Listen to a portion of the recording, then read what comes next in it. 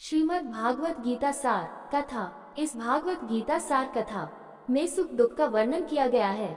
इस भागवत गीता में मानव के लिए हर अच्छे और बुरे कर्मों का वर्णन दिया गया है। दोस्तों, आप सभी चैनल को सब्सक्राइब लाइक करते हैं, जिसमें आप लोगों को कुछ नहीं मिलता, पर इस चैनल पर जीने की राह और ज्ञान भरी बातें मिलती है। तो आपसे निवेदन है कि हमारे चैनल को आप सब सपोर्ट करें और हौसला दें कि हम आप लोगों के लिए अच्छा ज्ञान, अच्छी बातें और अच्छे राह पर चलने के लिए अच्छा ज्ञान आप सबके लिए पहुंचाता रहूं। नमस्कार मित्रों, आप सबका हमारे चैनल पर स्वागत है। दोस्तों, इस चैनल पर सारे वेदों का ज्ञान मिलेगा। भगवद गीता अध्याय 13 श्लोक 1। अर्जुन उवाच प्रकृति पुरुष च क्षेत्रं क्षेत्रज्ञमेव च एतद्वेदितुमिच्छामि ज्ञान ज्ञेयं च केशव। अर्जुन उवाच प्रकृति पुरुष च क्षेत्रं क्षेत्रज्ञानं च एतद्वेदितुमिच्छामि ज्ञानजन्यं च केशव। अर्जुन उवाच, अर्जुन ने कहा, प्रकृति प्रकृति, पुरुषम भोक्ता, च तथा एफ वास्तव में, क्षेत्रम कर्मों का क्षेत्र, क्षेत्रज्ञम क्षेत्र के ज्ञाता, एफ यहाँ तक कि, च भी, एतत् ये, वेदितुम जानना, इच्छामि मैं चाहता हूँ, ज्ञानम ज्ञान, ज्ञेयम ज्ञान का लक्ष्य, च तथा केशव केशी नामक राक्षस का वध करने वाले कृष्ण। अर्जुन उवाच प्रकृति पुरुष च क्षेत्रं क्षेत्रज्ञं च एतद्वेदितुमिच्छामि ज्ञान ज्ञान च केशव। अनुवाद। अर्जुन ने कहा, हे केशव, मैं ये जानना चाहता हूँ कि प्रकृति और पुरुष क्या हैं, तथा क्षेत्र और क्षेत्रज्ञ क्या हैं। मैं ये भी जानना चाहता हूँ कि सच्चा ज्ञान क्या है और इस ज्ञान का लक्ष्य क्या है। भगवद गीता के कुछ संस्करणों में इस श्लोक को छोड़ दिया गया है तथा अगला श्लोक 13वें अध्याय के पहले श्लोक के रूप में प्रस्तुत किया गया है। भगवद गीता अध्याय 13 श्लोक 2। भगवान श्री उवाच, इदं शरीर कौन्तेय क्षेत्रमित्यभिधीयते एतद्यो वेति तं प्राहुः क्षेत्रज्ञ एति तद्वेद। श्री भगवान उवाच, इदं शरीर कौन्तेय क्षेत्रम इति अभिधीयते तद् यो वेति तं प्राहुः क्षेत्रज्ञ एति तद्विदः। श्री भगवान उवाच, परम दिव्य भगवान ने कहा, इदं ये शरीरम शरीर, कौन्तेय कुंती पुत्र अर्जुन, क्षेत्रम कर्मों का क्षेत्र, इति इस प्रकार, अभिधीयते कहा जाता है, एतत् ये यह जो, वेति जानता है, तम वह व्यक्ति, प्रभु कहा जाता है, क्षेत्रज्ञ क्षेत्र का ज्ञाता, इति इस प्रकार, तत्विद जो सत्य को जानते हैं। श्री भगवान उवाच, शरीर कौन्तेय क्षेत्रम इति अभिधीयते तद् यो वेति तम प्राहुः क्षेत्रज्ञ इति तद्विदः। अनुवाद। परम दिव्य भगवान ने कहा, हे अर्जुन, ये शरीर क्षेत्र कार्यों का क्षेत्र कहलाता है और जो इस शरीर को जानता है उसे दोनों की सत्य को जानने वाले ऋषिगण क्षेत्रज्ञ क्षेत्र का ज्ञाता कहते हैं। यहाँ श्री कृष्ण शरीर और आत्मा के बीच के अंतर के विषय की व्याख्या करना शुरू करते हैं। आत्मा दिव्य है और न तो खा सकती है, न देख सकती है, न सूंघ सकती है, न सुन सकती है, न स्वाद ले सकती है, न ही स्पर्श कर सकती है। ये शरीर मन बुद्धि तंत्र के माध्यम से इन सभी कार्यों को परोक्ष रूप से करती है, जिसे इस प्रकार गतिविधियों का क्षेत्र कहा जाता है। आधुनिक विज्ञान में हमारे पास ऊर्जा का क्षेत्र जैसे शब्द हैं। एक चुंबक के चारों ओर एक चुंबकीय क्षेत्र होता है जो तीव्र गति से चलने पर बिजली पैदा करता है। एक विद्युत आवेश के चारों ओर एक बल क्षेत्र होता है। यहाँ शरीर व्यक्ति की गतिविधियों के लिए पात्र है, इसलिए इसे क्षेत्र गतिविधियों का क्षेत्र कहा जाता है। आत्मा शरीर मन बुद्धि तंत्र से अलग है, लेकिन अपनी दिव्य प्रकृति को भूलकर वह इन भौतिक संस्थाओं के साथ अपनी पहचान बना लेती है। फिर भी चूंकि उसे शरीर का ज्ञान है, इसलिए उसे क्षेत्रज्ञ शरीर के क्षेत्र का ज्ञाता कहा जाता है। ये शब्दावली आत्म साक्षात्कार प्राप्त ऋषियों द्वारा दी गई है, जो आत्मा के मंच पर दिव्य रूप से स्थित थे और उन्होंने शरीर से अलग अपनी अलग पहचान को महसूस किया। भगवद गीता अध्याय 13 श्लोक 3। क्षेत्रज्ञं चापि मां विद्धि सर्व क्षेत्रेषु भारत क्षेत्रज्ञयोर्ज्ञान यत्तत् ज्ञानमतं मम। क्षेत्रज्ञान चापि मां विद्धि सर्व क्षेत्रेषु भारत क्षेत्रज्ञयोर् ज्ञान यत्तत् ज्ञानमतं मम। क्षेत्र ज्ञानम क्षेत्र के ज्ञाता, चपि अपि केवल, माम मुझे, विद्धि जानो, सर्व सब क्षेत्रेषु अलग अलग कर्मों के क्षेत्रों में, भारत भारत के वंशज, क्षेत्र कर्मों के क्षेत्र, क्षेत्र ज्ञानयो क्षेत्र के ज्ञाता का, ज्ञानम समझ, यत् जो तत् वह, ज्ञानम ज्ञान, मतम मत मम मेरा। क्षेत्र ज्ञान चापि मम विद्धि सर्व क्षेत्रेषु भारत क्षेत्रज्ञयोर् ज्ञान यत्तत् ज्ञान मम मम। अनुवाद। हे भारतवंशी, मैं सभी कर्म क्षेत्रों का ज्ञाता हूँ। शरीर को कर्म क्षेत्र तथा आत्मा और ईश्वर को कर्म क्षेत्र का ज्ञाता समझना, यही मैं सच्चा ज्ञान मानता हूँ। आत्मा केवल अपने शरीर के व्यक्तिगत क्षेत्र की ज्ञाता है, इस सीमित संदर्भ में भी आत्मा का अपने क्षेत्र का ज्ञान अधूरा है। भगवान सभी आत्माओं के क्षेत्रों के ज्ञाता हैं, क्योंकि वे सभी जीवों के हृदय में परमात्मा के रूप में स्थित हैं। इसके अलावा प्रत्येक क्षेत्र के बारे में भगवान का ज्ञान पूर्ण और संपूर्ण है। इन भेदों की व्याख्या करके श्री कृष्ण तीनों सत्ताओं की एक दूसरे के संबंध में स्थिति स्थापित करते हैं, भौतिक शरीर, आत्मा और परमात्मा। उपरोक्त श्लोक के दूसरे भाग में वे ज्ञान की परिभाषा देते हैं। आत्मा, परमेश्वर, शरीर तथा इनके बीच के अंतर को समझना ही सच्चा ज्ञान है। इस दृष्टि से PhD तथा DLT डिग्रीधारी व्यक्ति स्वयं को विद्वान मान सकते हैं, किंतु यदि वे अपने शरीर, आत्मा तथा ईश्वर के बीच के अंतर को नहीं समझते तो श्री कृष्ण की परिभाषा के अनुसार वे वास्तव में भगवद गीता अध्याय 13 श्लोक 4 तत्क्षेत्रम यच यद्रच यद्विकारी यतच यत् सच यो यत् प्रभावश्च तत्समासेन में शृणु। तत्क्षेत्रम यच्च यद्रच यद्विकारी यतच यत्च यो यत् प्रभावश्च तत्समसेन में श्रीष्णु। तत् वह क्षेत्र कार्य क्षेत्र, यह क्या च तथा यादृक उसका स्वरूप च तथा यत् विकारी उसमें किस प्रकार परिवर्तन होता है, यतः किससे, च भी यह क्या, स वह च भी यह कौन, यह प्रभाव उसकी क्या शक्तियां हैं, च तथा तत् वह समासेन संक्षेप में मुझसे श्रीनु सुनो। तत्क्षेत्रम यच्च यदृक्च यद्विकारी यतच्च यत्च यो यत् प्रभावश्च तत्समासेन में श्रीनु। अनुवाद: सुनो और मैं तुम्हें समझाऊंगा कि वह क्षेत्र क्या है और उसकी प्रकृति क्या है। मैं ये भी बताऊंगा कि उसमें परिवर्तन कैसे होता है, वह किससे बना है, क्रिया क्षेत्र का ज्ञाता कौन है तथा उसकी शक्तियां क्या हैं। अब श्री कृष्ण स्वयं कई प्रश्न पूछते हैं और अर्जुन से उनके उत्तर ध्यानपूर्वक सुनने को कहते हैं। भगवद गीता अध्याय 13 श्लोक 5 ऋषिभिर्बहुधा गीतम छंदोभिर्विविध पृथक्करण ब्रह्मसूत्रपादैश्चैव कल्याणमद्भिर्विनिश्चित। ऋषिभिर्बहुधा गीतम छंदोभिर्विविध पृथक् ब्रह्मसूत्रपदैश्चैव हेतुमाद्भिर्विनिश्चितः। ऋषिभिर महर्षियों द्वारा बहुधा अनेक प्रकार से गीतम गाए गए, छंदोभिर वैदिक ऋचाओं में, विविध विभिन्न, पृथक विभिन्न, ब्रह्मसूत्र पदः ऋचाओं द्वारा, च तथा एव विशेष रूप से, हेतु मध्य तर्क सहित, विनिश्चितः निर्णायक प्रमाण। ऋषिभिर बहुधा गीतम छंदोभिर विविध पृथक ब्रह्मसूत्र पदैश्चैव हेतुमाद्भिर विनिश्चितः। अनुवाद: महान ऋषियों ने क्षेत्र तथा क्षेत्रज्ञ के विषय में अनेक प्रकार से सत्य का गान किया है। इसे विभिन्न वैदिक ऋचाओं में तथा विशेष रूप से ब्रह्म सूत्र में ठोस तर्क तथा निर्णायक प्रमाणों के साथ कहा गया।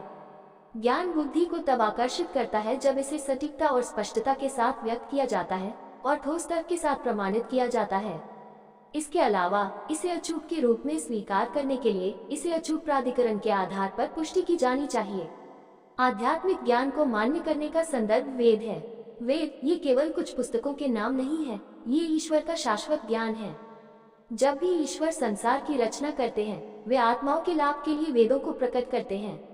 बृहदारण्यक उपनिषद 4.5.11 में कहा गया है, निःश्वसितमस्य वेदा, वेद ईश्वर की श्वास से प्रकट हुए। वे सबसे पहले ज्येष्ठ ब्रह्मा के हृदय में प्रकट हुए थे।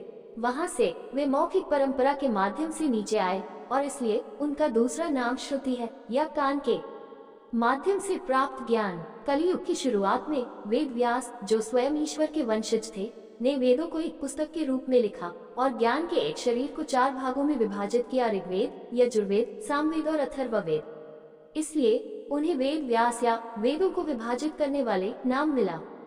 यह अंतर ध्यान में रखना चाहिए कि वेद व्यास को कभी भी वेदों के रचयिता के रूप में नहीं बल्कि उन्हें विभाजित करने वाले के रूप में संदर्भित किया जाता है।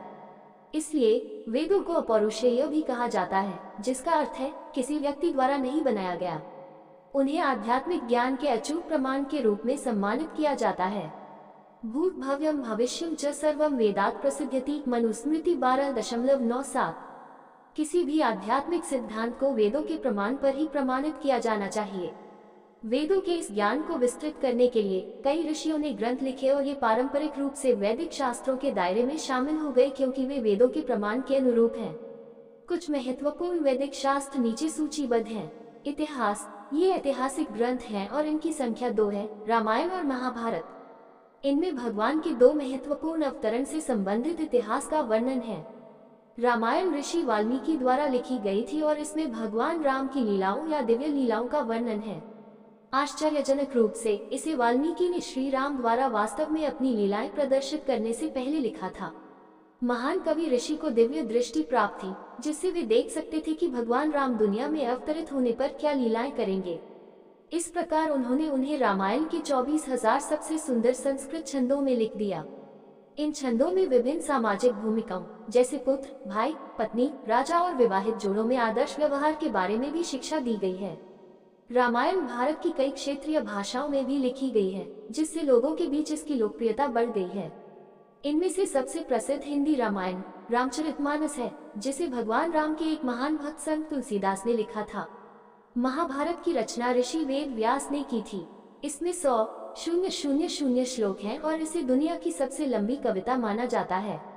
भगवान कृष्ण की दिव्य लीलाएं महाभारत का मुख्य विषय हैं। यह मानव जीवन के सभी चरणों में कर्तव्यों और ईश्वर के प्रति समर्पण से संबंधित ज्ञान और मार्गदर्शन से भरा है। भगवद गीता महाभारत का एक हिस्सा है। ये सबसे लोकप्रिय हिंदू धर्म ग्रंथ है, क्योंकि इसमें आध्यात्मिक ज्ञान का सार है, जिसे स्वयं भगवान कृष्ण ने बहुत खूबसूरती से वर्णित किया है। इसका दुनिया की कई अलग अलग भाषाओं में अनुवाद किया गया है।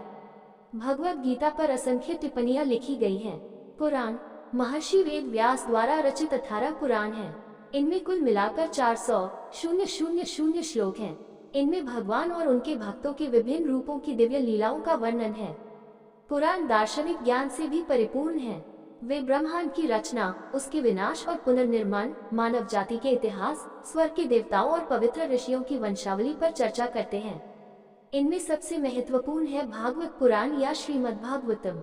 यह महर्षि वेद व्यास द्वारा रचित अंतिम ग्रंथ था। इसमें उन्होंने उल्लेख किया है कि इस ग्रंथ में वे भगवान के प्रति शुद्ध निस्वार्थ प्रेम के सर्वोच्च धर्म को प्रकट करने जा रहे हैं। दार्शनिक दृष्टि से श्रीमद्भागवतम वहीं से शुरू होता है जहां भगवद गीता समाप्त होती है। शब्ददर्शन वैदिक शास्त्रों में इनका महत्व दूसरे स्थान पर आता है। 6 ऋषियों ने हिंदू दर्शन के विशेष पहलुओं पर प्रकाश डालते हुए 6 शास्त्र लिखे। इन्हें शब्ददर्शन या 6 दार्शनिक कृतियों के रूप में जाना जाता है। वे हैं: 1. मीमांसा महर्षि जैमिनी द्वारा रचित। इसमें कर्मकांडीय कर्तव्यों और समारोहों का वर्णन है। 2. वेदांत दर्शन महर्षि वेदव्यास द्वारा लिखित। इसमें परम सत्य की प्रकृति पर चर्चा की गई है। 3. न्याय दर्शन महर्षि गौतम द्वारा लिखित। ये जीवन और परम सत्य को समझने के लिए तर्क की एक प्रणाली विकसित करता है। 4. वैशेषिक दर्शन महर्षि कनाद द्वारा लिखित। ये ब्रह्मांड विज्ञान और सृष्टि का उसके विभिन्न तत्वों के परिप्रेक्ष्य से विश्लेषण करता है। 5. योग दर्शन महर्षि पतंजलि द्वारा लिखित। ये ईश्वर से मिलन के लिए 8 मार्गों का वर्णन करता है, जो शारीरिक आसनों से शुरू होते हैं। 6. सांख्य दर्शन महर्षि कपिल द्वारा लिखित। ये भौतिक ऊर्जा के आदि रूप प्रकृति से ब्रह्मांड के विकास का वर्णन करता है। ऊपर बताए गए शास्त्रों के अलावा हिंदू परंपरा में सैकड़ों अन्य शास्त्र हैं। उन सभी का वर्णन यहाँ करना असंभव होगा। इतना कहना ही काफी है कि वैदिक शास्त्र ईश्वर और संतों द्वारा सभी मानव जाति के शाश्वत कल्याण के लिए प्रकट किए गए दिव्य ज्ञान का एक विशाल भंडार है। इन शास्त्रीय ग्रंथों में ब्रह्म सूत्र वेदांत दर्शन को आत्मा, भौतिक शरीर और ईश्वर के बीच के भेद के विषय पर अंतिम शब्द माना जाता है। इसलिए श्री कृष्ण ने उपरोक्त श्लोक में इसका विशेष रूप से उल्लेख किया है। वेद का तात्पर्य वेदों से है और अंत का अर्थ है निष्कर्ष। परिणाम स्वरूप वेदांत का अर्थ है वैदिक ज्ञान का निष्कर्ष। यद्यपि वेदांत दर्शन की रचना महर्षि वेद व्यास ने की थी, फिर भी कई महान विद्वानों ने इसे दार्शनिक शोध प्रबंध के लिए संदर्भ प्रमाण के रूप में स्वीकार किया और आत्मा और ईश्वर के संबंध में अपने अद्वितीय दार्शनिक दृष्टिकोण को स्थापित करने के लिए इस पर भाष्य लिखे। वेदांत दर्शन पर जगत गुरु शंकराचार्य की टिप्पणी को शारीरिक भाष्य कहा जाता है, जो दर्शन की अद्वैतवाद परंपरा की नींव रखती है। वाचस्पति और पद्मपाद जैसे उनके कई अनुयायियों ने उनकी टिप्पणी का विस्तार से वर्णन किया है। जगत गुरु निम्बाकाचार्य ने वेदांत पारिजात सौरभ की रचना की, जिसमें द्वैत अद्वैतवाद विचारधारा की व्याख्या की गई है। जगत गुरु रामानुजाचार्य की टीका को श्री भाष्य कहा जाता है, जो विशिष्ट अद्वैतवाद दर्शन की नींव रखती है।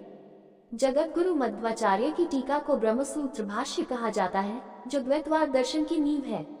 महाप्रभु वल्लभाचार्य ने अनुभाष्य लिखा, जिसमें उन्होंने शुद्धाद्वैतवाद दर्शन की स्थापना की। इनके अलावा भट्ट भास्कर, यादव प्रकाश, केशव, नीलकंठ, विज्ञान भिक्षु और बलदेव विद्याभूषण जैसे कुछ अन्य प्रसिद्ध टीकाकार रहे हैं। चैतन्य महाप्रभु, जो स्वयं एक श्रेष्ठ वैदिक विद्वान थे, ने वेदांत दर्शन पर कोई भाष्य नहीं लिखा। उनका मानना था कि वेदांत के रचयिता ऋषि वेद व्यास ने स्वयं घोषणा की थी कि उनका अंतिम ग्रंथ श्रीमद् भागवतम ही इसका पूर्ण भाष्य है। अर्थोयम ब्रह्मसूत्रान सर्वोपनिषदमापि। श्रीमद्भागवतम वेदांत दर्शन और सभी उपनिषदों का अर्थ और सार प्रकट करता है। इसलिए वेद व्यास के प्रति सम्मान के कारण चैतन्य महाप्रभु ने इस ग्रंथ पर एक और भाष्य लिखना उचित नहीं समझा। दोस्तों, आपसे निवेदन है कि हमारे चैनल को आप लोग सपोर्ट करें। वीडियो अच्छा लगा हो तो लाइक शेयर सब्सक्राइब जरूर करें। धन्यवाद।